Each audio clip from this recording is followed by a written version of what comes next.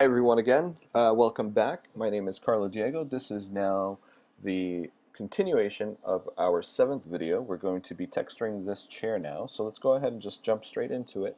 Go down to your material manager and double click to create a new material. And we're going to turn off specular and we're going to turn on bump. And under bump, we're going to go to texture, noise.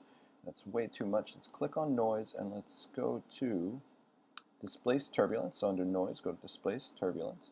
And under global scale, we're going to change that to, let's do about 5. We might actually come back and change that. One last thing, under strength, let's change that to 24, 25, something like that. Now under color is where we're going to actually add our color. And we're going to do it with a Fresnel. So go into the texture tab, go to the drop down and get a Fresnel. Once you've got that, click on it to open it. And if you double click on each one of these little knots, you can start selecting some colors. Again, I turned on system colors under units for the preferences. So feel free to do that. And that's what's going to give it our color. So we're going to add that to the chair and we're going to add it to the pillows. Let's do a quick render. And that's way off. Let's click on that really quick. Let's go into our bump. I think I might have actually overdone it and gone the wrong direction here. Let's try 5.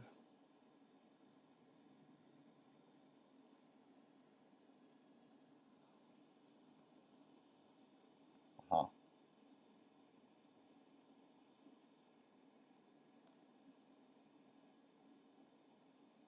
Go into your, sorry about that, go into your Fresnel in the color, change the mix mode to multiply, mix strength to 60, and you should get a slightly better result than what we were seeing before. Actually, that's quite a bit better. Yeah, it looks a little bit more felty now. Yeah, I'm okay with that. All right, cool. So we're actually going to texture the legs with the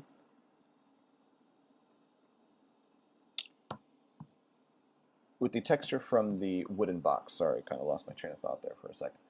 So let's go into our textures, because I believe that's where I have both of them. We're texturing the box, yeah. So let's get the box and the vase. Let's copy those. We can close this up. I don't need to save any changes. We can close this and not save any changes. And I can paste them in here. And they're going to be way too big, but we're going to scale those down considerably. And I'm going to take this wooden tag and I'm going to apply it to the cloner that is the legs of the chair. Then I'm going to take these two and call them pillows. And I'm also going to change this to chair. I could take chair, pillow, and legs and just call that chair. So now my legs should be textured and I can go ahead and bring in my 1x1 Eames table, which I've already added the X's and the panel on the side. So let's copy that, close it. I don't need to save. Paste it in place, and this one's going to be smaller, but no worries. We can first rotate it 90 degrees, holding down shift to lock it in place in increments of 10, and then we'll hit the letter T for the scale tool and scale that up.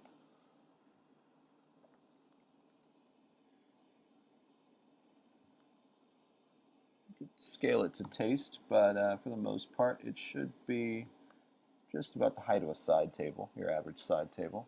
So if we go to the side view, we can position it a little bit better, make sure they're sitting on the same plane, which is the next thing we'll do is we're going to add a plane. And this plane should be also below our chair and below our table.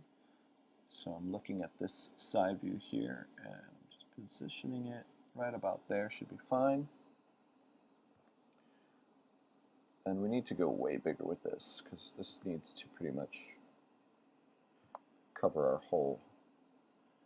our whole scene here. So let's get the box and the vase and let's position those. We did not texture the table yet, so let's go ahead and create a couple of textures for that. This is going to be the panel on the side, so I just want like a blue here, and that's pretty good, but I want to take this bump, the height of the specular down to 10%. So now that that's done, I can apply that to, this needs to be the side panel here. Where's my side panel here? It's easier to just see it this way. There we go. Just add it to that little cube right there. I'm going to make a kind of metal color. So let's also bring down that bump a bit, and let's go for like a dark gray. And that's going to be used on our small x, large x, screws, and the legs.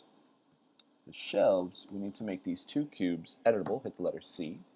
And then once you've done that, go into the polygon mode, select the two tops of the table, and we're going to go up to select and set selection. And now that we have those two orange triangles there, we've set that selection.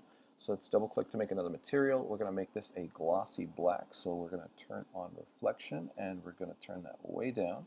We're also going to go to the texture and add a Fresnel, and we're going to turn that down as well to about 25. That should be fine. And we're going to add this glossy to both of them, so go ahead and add it to the cube, and then you can command click and drag to copy it. If you click on the texture tag here, you'll see that there's a selection field. Go ahead and drag that first triangle into it, and then do the same for the second one. So now only the top of those is textured with the glossy black, which is pretty much the way that these tables look in real life. Now we're going to go ahead and take this wooden texture and add it to the cubes as well, but we want to make sure that it comes before the orange triangle. Click and drag to make another copy, and that's just so that it has a little bit of wood on the side here that we'll see once we start to render. Another thing that I want to do is change the position of this box. I want the box to be forward, just because it makes a little bit more sense visually. Let's go ahead and move this vase back a bit, and there we go. Make sure you're in model mode to get your axes. And there we go. Okay, so what's next? Let's get a cube in the scene. And this cube is going to be our back wall, so it doesn't really matter how thick it is in Z, as long as it's resting on top of our floor, and we can then move it back behind the rest of our objects. So feel free to just position that accordingly.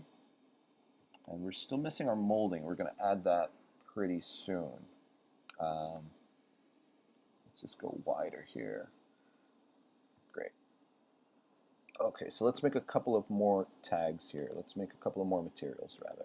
So we're going to go ahead and make our floor. I'm going to turn on reflection. I'm going to go into the color mode, the color channel, and I'm going to load an image. And I'm going to load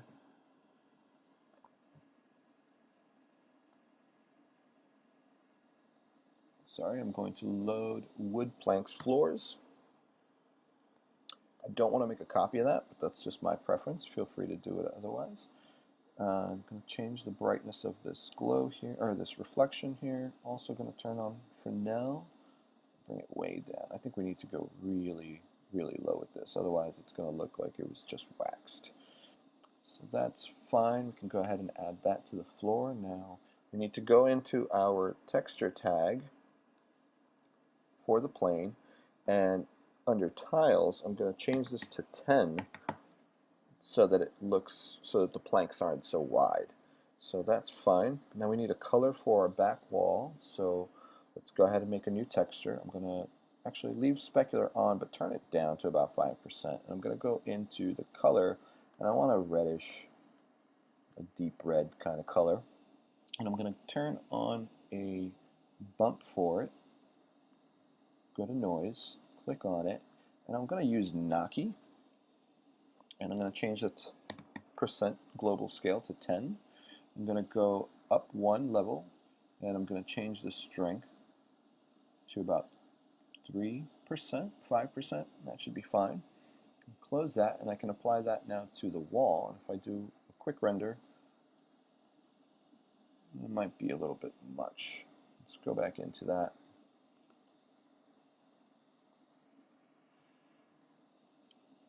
And let's change this to maybe just 2%. change this octaves to 8. So now another quick render.